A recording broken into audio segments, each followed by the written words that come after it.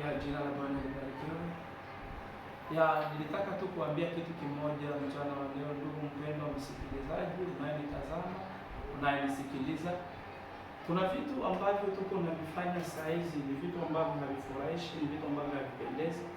Ni pale ambapo nakuta mtu kitu ambacho nakishabikia ama kitu ambacho nafurahia kila saa, ni kitu ambacho hakiwezi kufaidi chochote ama hakiwezi kusaidia chochote.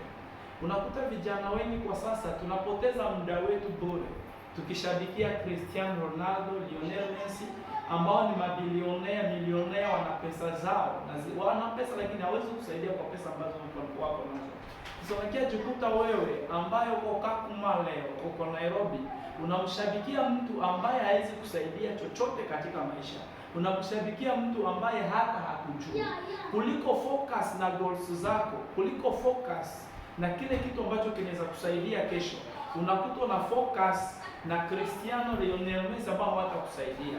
Lakini ningelikwambia ndugu mpendwa, kulikuwa tu mtu mmoja ambaye unaweza focus ama unaweza kushangilia usiku na mchana, ni kumjua kwanza Yesu Kristo.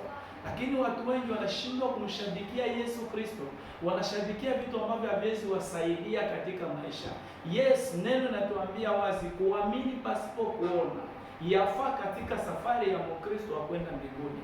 Lakini mtu anajiita ni Mkristo, lakini anapokuwa muda wa Lionel Messi kwa uwanja, mtu anasimama kwenda kufuata bola, anasahau kama ibada iko. Inapokuwa Cristiano, mtu anasahau kama kuna ibada anafuata bola. Lakini kumbuka ndugu mpendwa, wote tunaowafuata hakuna atakayetusaidia katika maisha isipokuwa kama tutamtegemea Yesu Kristo aliye juu, kwa sababu huyo ni msaada mkubwa. Kwa sababu ikiwa kama unaishi leo, kama ninaishi leo, kwa sababu kuna bado nguvu, kuna bado neema ambayo inatembea kwa ajili ya maisha yako. Na hii neema ukishindwa kuitumia leo, unaweza ukaitafuta kesho ukaikosa. Bado kijana na nguvu za kutafuta, bado kijana na nguvu za kufanya kazi na ukapata kile unachokihitaji, lakini tunashindwa kufanya kazi. Tunakaa tu barabarani tukikalia kitu inaitwa game ludo, tunakaa tu barabarani tukikaa tukizungumza mambo yasiyofaa ya ball, wakati kuliko tuende kazi tutafute, kwa sababu tungali bado na neema ya kupata kile ambacho tunachokihitaji. Huyo aliyepata hakuna kitu alichompatia Mungu. Kila aliyepata kuna vile alijituma akakuwa na bidii, akajipa bidii katika shughuli zake.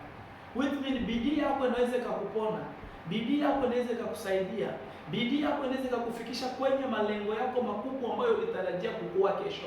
Lakini tunashindwa kufikia malengo yetu kutokana na jambo moja: hatuwekei malengo yetu ama hatuwekei ndoto zetu bidii kwa kutafuta.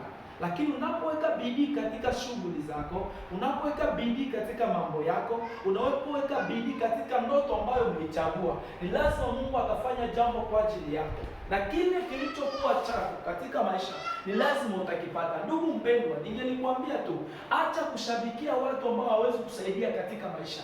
Shabikia mtu ambaye atakuwa msaada kwako kesho, ni Yesu Kristo aliye juu, kwa sababu huyu Yesu Kristo tunayemwamini anaweza akabadilisha mambo, anaweza akabadilisha kitu ambacho kilishindikana katika maisha yako na kikao cha baraka kwa ajili yako. Ndugu mpendwa, ningelikwambia tu kitu kimoja mchana wa leo: bidii yako ikufikishe katika malengo yako.